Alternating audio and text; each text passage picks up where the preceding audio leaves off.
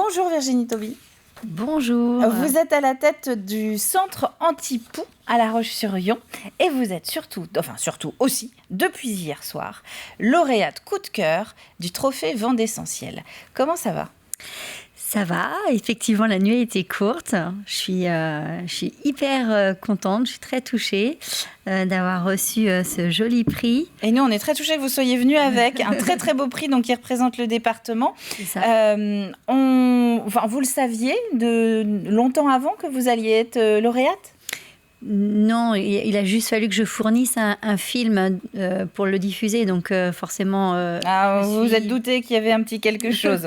Et vous faisiez partie donc, de beaucoup de candidats ?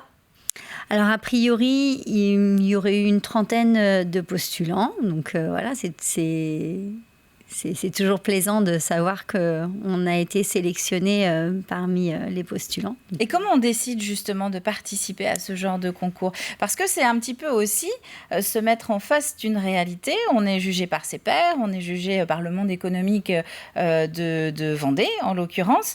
Donc on peut aussi avoir quelques déceptions. Oui, en même temps, c'est une manière de prendre un peu de recul sur son travail, s'accorder un temps où on se pose et on se dit, voilà, ce que j'ai fait, ce que j'aimerais faire, où j'en suis. C'est aussi on a toujours la tête dans le guidon, donc c'est l'occasion de se poser et de prendre un peu de recul sur son activité.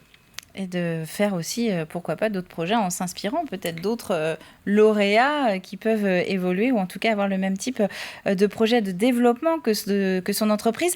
Vendée, l'essentiel vient du cœur. Avec ce trophée, l'objet, c'était quel type de récompense ? C'est votre ancrage sur le territoire qui fait la différence ? Oui, c'est alors moi j'ai obtenu ce prix parce que je recrute mes salariés uniquement via Cap Emploi. Donc 100% des effectifs sont des travailleurs handicapés.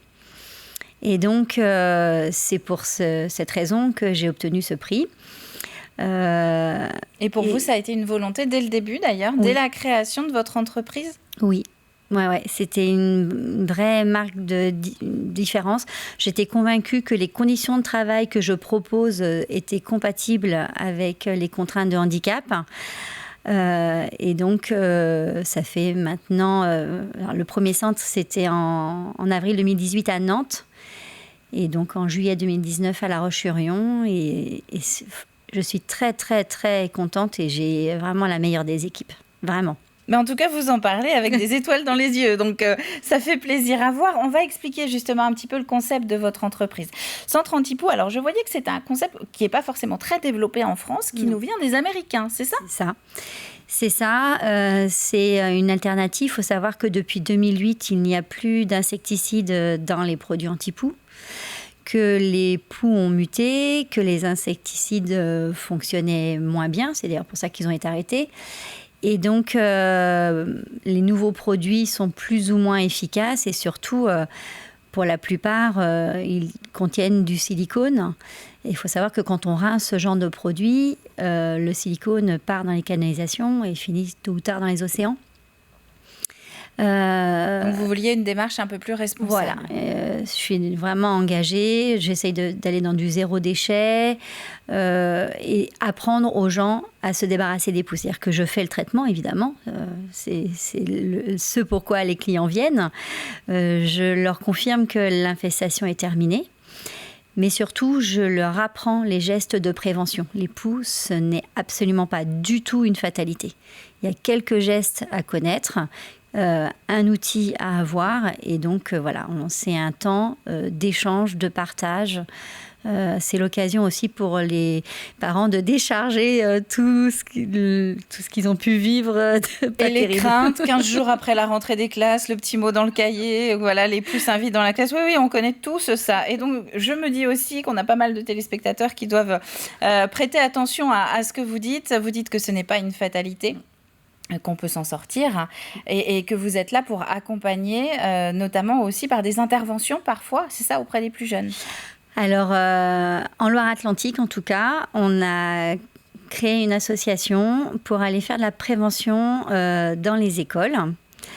Et nous souhaitons que ceci se généralise dans le reste de la France, en fait. Donc, pourquoi en Loire-Atlantique? Parce que moi, j'habite en Loire-Atlantique, d'où la nuit aussi un peu courte.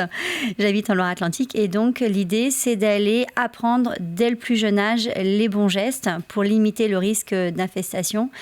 Et plus l'infestation est décelée vite, et moins on utilise de produits, donc moins c'est toxique pour l'environnement et la santé des enfants. On évite les manteaux côte à côte sur les porte-manteaux, c'est ça qui se touche par exemple?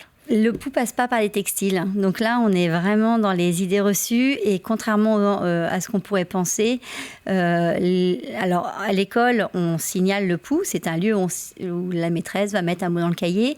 C'est un mot aussi dans l'imaginaire collectif où il y a des poux à l'école, donc les parents vont davantage contrôler. Quand les enfants sont petits, ça gratte relativement vite. Et puis souvent, on les coiffe. Par contre, au collège, eh bien, on ne les coiffe plus, ça ne les gratte plus. Il n'y a plus de mots dans le cahier. Et en fait, les poux, c'est surtout au collège. Qu'il faut être vigilant, ouais, alors. Exactement. Et donc, plus on apprend à l'enfant les petits gestes pour apprendre à déceler son infestation, et moins ça dégénère. Il faut savoir que la moyenne d'âge au centre de traitement des poux La Roche-sur-Yon, et même celui de Nantes, on est plutôt sur du 12-13 ans que sur du 4-5 ans. D'accord. C'est sans doute pour tout ça que vous avez eu votre prix hier soir, à la fois pour votre manière de diriger votre entreprise, donc avec cette volonté, vous le disiez, de n'embaucher que des salariés issus de Cap Emploi, mais également pour ce créneau qui est un petit peu original, il faut bien le reconnaître, et qui surtout participe à l'éducation de tout le monde finalement. C'est ça. Vraiment. Ça va changer quelque chose pour vous, ce joli prix? Alors déjà, je suppose que vous allez l'afficher chez vous, dans le centre anti-poux? Oui, et puis alors là, on ne voit pas, mais en fait, il s'allume, donc il sera allumé, évidemment. Il sera allumé.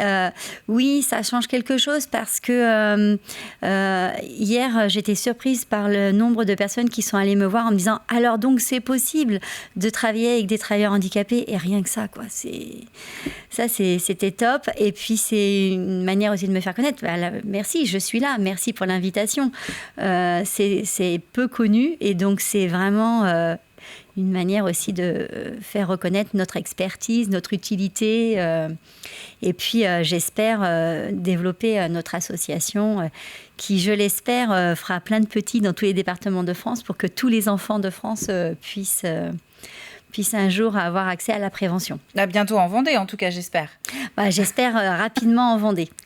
Bon, en tout cas, merci beaucoup Virginie Tauby. Je rappelle donc que vous êtes l'heureuse lauréate depuis quelques heures à peine de ce trophée coup de cœur du jury pour les Vendées essentielles. En un seul mot, en plus, c'est pas facile à écrire quand on cherche sur Internet.